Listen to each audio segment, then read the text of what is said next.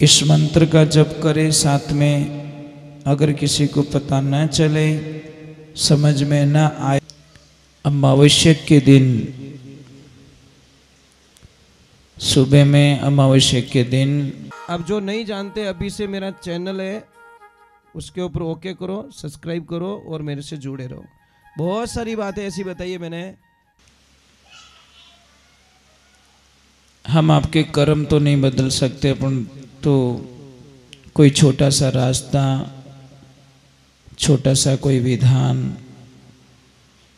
अगर किया जाए तो हमें पूर्ण विश्वास है कि कोई न कोई अंतर जरूर होता है।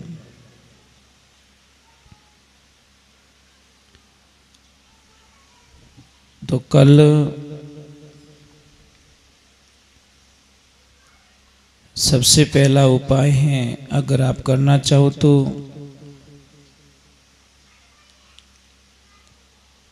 काले चने 1.25 किलो की मात्रा में आज शाम को ही लेकर पानी में भिगो दें। कल सुबह अमावस्या के दिन, सुबह में अमावस्या के दिन वो चने चाहे तो आप भैंस को खिला दीजिए या भैंस के बच्चे कोई भैंसा हो उसको खिला दीजिए। बड़ी कृपा बनेगी आपके ऊपर महाराज शनिदेव की।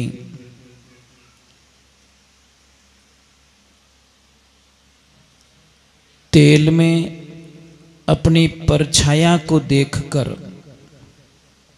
तेल भर लीजिए, कोई कटोरी में या फिर कोई थाली में, और उस अपनी परछाया को देखकर उस तेल को आप दान कीजिए। बड़ा शुभ बताया गया है।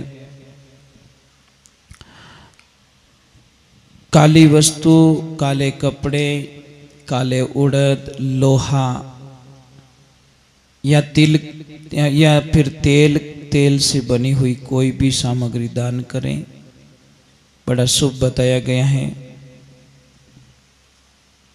और कौओं को अपने हिस्से के भोजन में से उनको प्रसाद ग्रहण कराएं। कौओं को, चींटियों को काले तिल और गुड़ मिलाकर उनको प्रसाद ग्रहण कराएं, उनको मिश्रण करके। काले कुत्ते को रोटी जरूर खिलाएं, मीठी रोटी खिलानी है काले कुत्ते को, ये ध्यान रखें। भगवान शनिदेव बड़ी कृपा करेंगे। कुंभ, मकर और मीन राशि पे 7.5 ही चल रही हैं,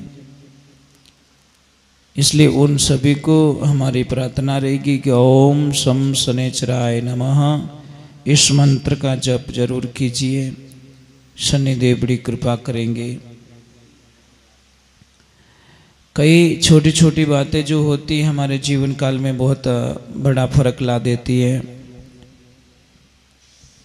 कई लोगों को बड़ी भयंकर लत लगी रहती है, नशे की, बीड़ी की, सिगरेट की, दारू की, अफीम की, कई प्रकार के जो नशे करते हैं। अगर वो नशा छोड़ना चाहे और उनकी इच्छा हो तो कीजिए, भगवान आपकी इच्छाएं पूरी करे। एक लोहे की कटोरी लीजिए, 7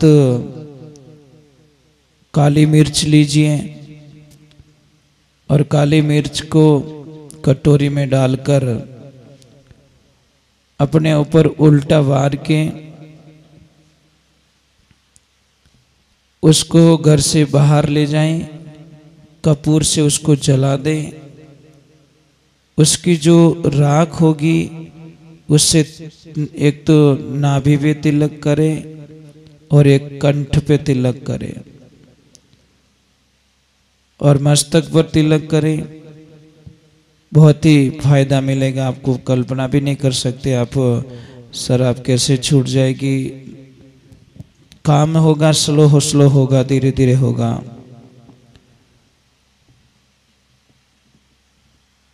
अगर आपका कोई कहना नहीं मान रहा है आपकी कोई कदर नहीं कर रहा है, तो आप लोगों से मेरी प्रार्थना रहेगी कि ईंट लीजिए, ईंट को थोड़ा घिस लीजिए, उसमें थोड़ा पानी के छांटे डाल दीजिए। छांटे डालने के बाद में उसको 7 बार उसको थोड़ा लिक्विड होगा, लिक्विड को तांबे के चम्मच में डालिए। तांबे के चम्मच में डालने के बाद में 7 बार इस अंगुली से स्पर्श कीजिए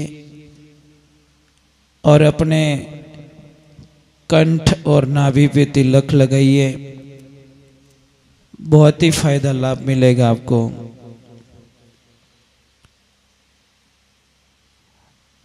धर्मशास्त्र में बताया गया है कि सोना जो होता है कोशिश कीजिए उसको बेचे नहीं, उसको गिरवी ना रखें। कई लोग बोलते महाराज मजबूरी होती है, तो मजबूरी में रख सकते, ऐसी कोई दिक्कत नहीं है, परंतु अपने शौक पूरे करने के लिए अगर सोना गिरवी रख कर आप अपना शौक पूरा कर रहे हैं, सोना गिरवी रख के आप अपना शौक पूरा कर रहे हैं, तो समझ लीजिए आप कर्जे से कभी बाहर नहीं निकल सकते हैं। अपने शौक के लिए नहीं, अपनी मजबूरी के लिए उसको रख सकते हैं या बेच सकते हैं, तो आपको बहुत बड़ा लाभ होगा। और बहुत सारी चीज़ें ऐसी होती है जो जिंदगी के अंदर बड़ा ही परेशान होता है। शरीर में एक बात का ध्यान रखना, अगर शरीर में जहर गया है तो आदमी एक ही बार मरता है। शरीर में अगर जहर गया है तो वो एक ही बार मरता है। और कानों में अगर जहर चला गया तो समझ लीजिए पूरे रिश्ते, पूरा परिवार, पूरा हमारा जीवन सबसे कट जाएगा, मर जाएगा। कानों का जहर गालने का मतलब कोई भी आपको किसी के प्रति कोई बात बताए तो बड़े ध्यान से उस बात को सुने और ध्यान से उसका फैसला लेवे। खेत बेचकर नौकरी करना आसान है, परंतु ईमानदारी से नौकरी करके खेत खरीदना बहुत मुश्किल है। इसलिए आप लोगों से प्रार्थना है कि नौकरी करो, अच्छे से पैसे कमाओ, पर अपने पूर्वजों का जो खेत होता है उसको बेचो मत। हमारी तो विनती रहेगी कि मत बेचिए, क्योंकि पैसे तो आते हैं चले जाते हैं, परंतु जो बुजुर्ग लोगों ने हमारे लिए भूखे मर के, परेशानियां देखकर, दुख देखकर हमारे लिए जो छोड़ी हैं, उसको बेचने का विचारधारा न करें, कोशिश करें वो ना बेचे।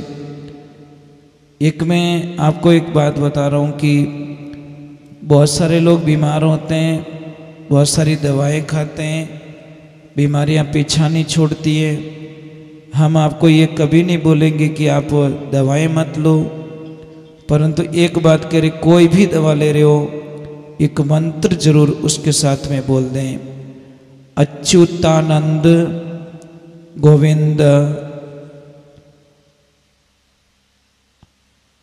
अच्युतानंद गोविंद नामोच्चारण बेस जात नश्यन्ति सकला रोगा सत्यम सत्यम वक सभ्या अहम। इस मंत्र का जप करें, साथ में अगर किसी को पता न चले, समझ में न आए, तो हमें ज़रूर लिख के भेजें ताकि हम वापस आपको अच्छी तरह से उस रिकॉर्डिंग को अच्छी तरह से भेज पाए। और कई देवियों को जो बीमारी होती हैं, शर्म के मारे किसी को बताती नहीं है, उसके लिए सफ़ेद मूसली, खून खराबो, इलायची और वृक्ष लोचन, एक बार मैं रिटर्न बता रहा हूँ, सफ़ेद मूसली, खून खराबो, इलायची और वृक्ष लोचन, इन सभी को सम भाग में लेवें, मतलब बराबर की मात्रा में लेवें, उसका चूर्ण बनाएं और चूर्ण को 7 दिन तक लेवें। देखो आपकी तबीयत में बहुत अच्छा फर्क पड़ेगा। आप कल्पना भी नहीं कर सकते कि इतना फर्क कैसे पड़ गया। परंतु ये सारी चीज़ें अपनी मानसिक स्थिति, मानसिक साइकोलॉजी, इनको पॉजिटिविटी में रखना पड़ेगा। कई लोग हमें कमेंट में भेजते कि महाराज जो वो होता है शुगर का इलाज हमें बताइए।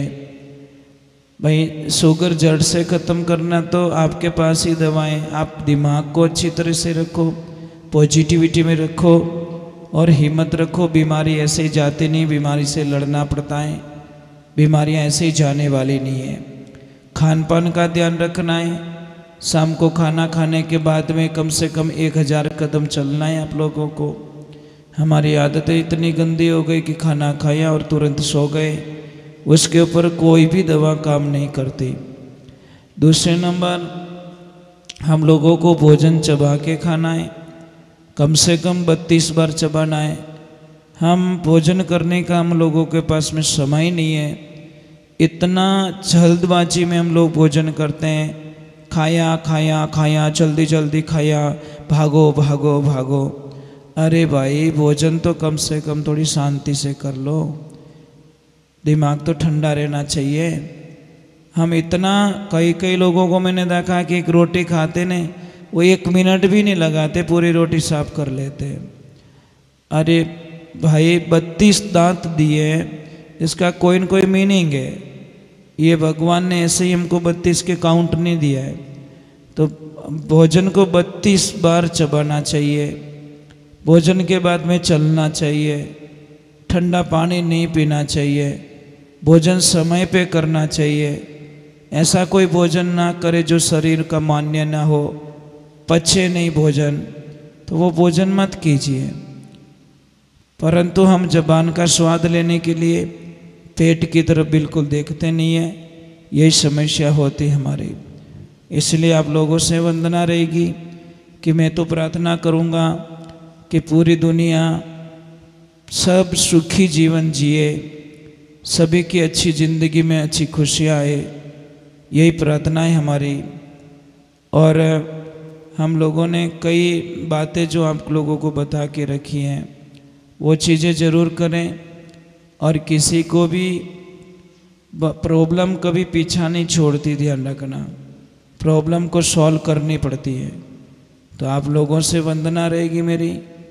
और मैंने बताया है कि शुगर के बारे में, तो अगर आपको ज़्यादा बढ़ गई है, जैसे कि 400 हो गई है, 400 हो गई, 300 हो गई, और डॉक्टर साहब दूर हैं, दवा भी आपके पास में शायद नहीं है, आपकी मजबूरी है, तो आप अपनी नज़दीकी कहीं से सब्जी की दुकान से किसी को भी बेच के फास्ट करेले मंगवा दीजिए।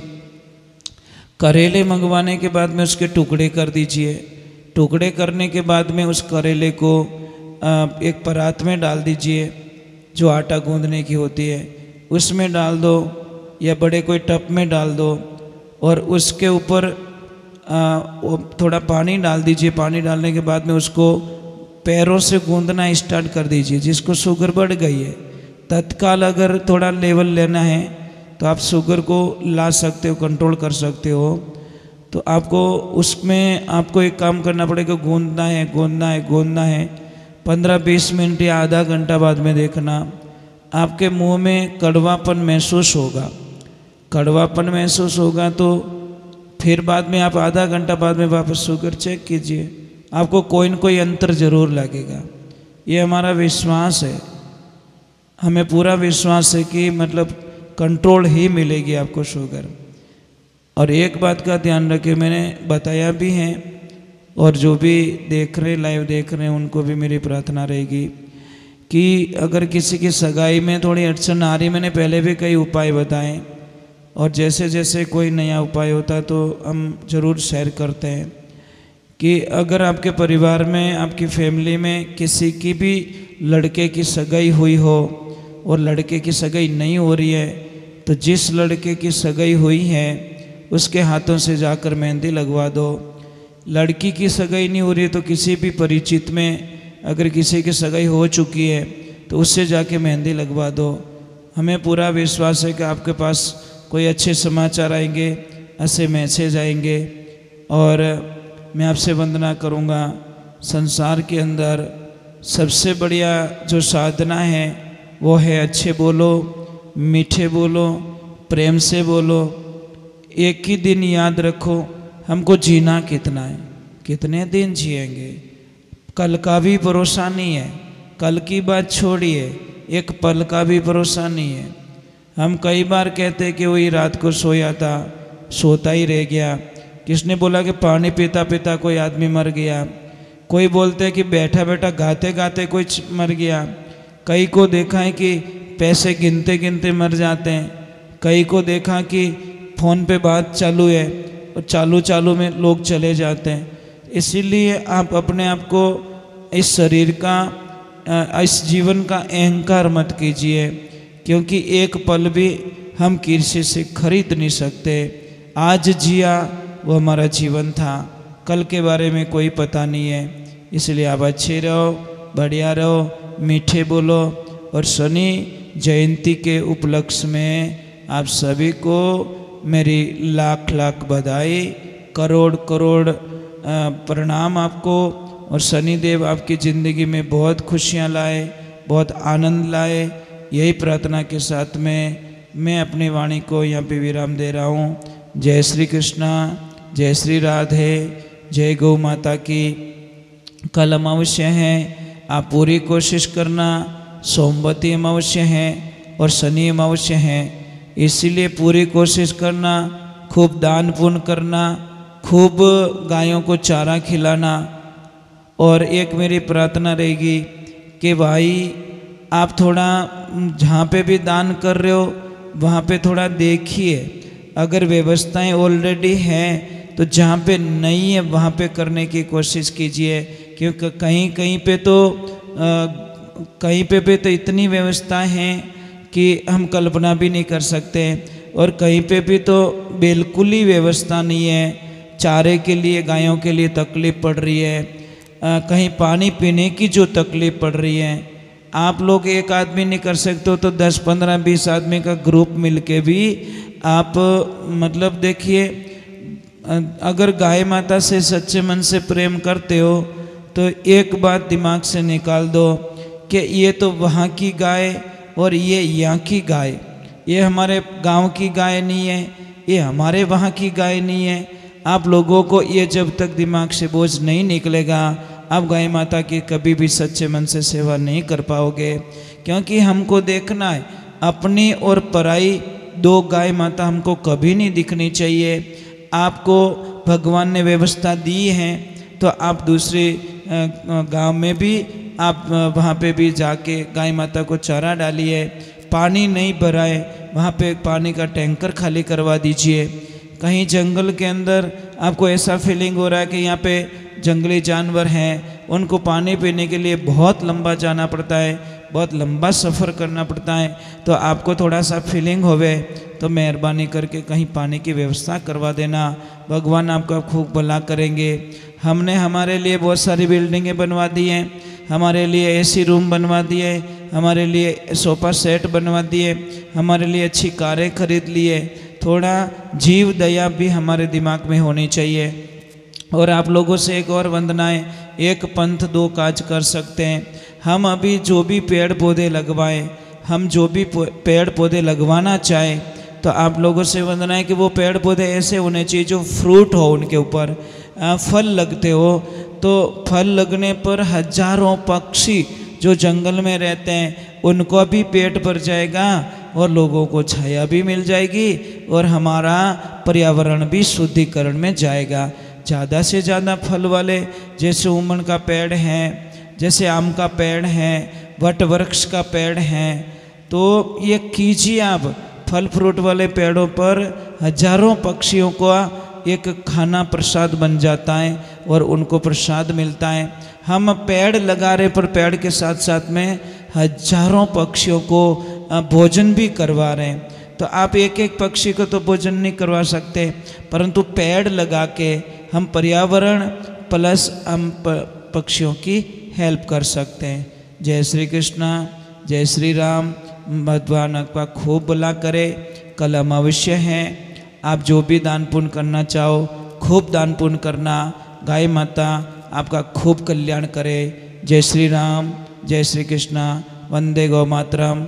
और मेरे शनिदेव, मेरे प्रभु, मेरे इष्ट सबका कल्याण करे। यही भावना के साथ मैं आपको कोटि कोटि वंदन, कोटि कोटि प्रणाम। जय श्री राधे।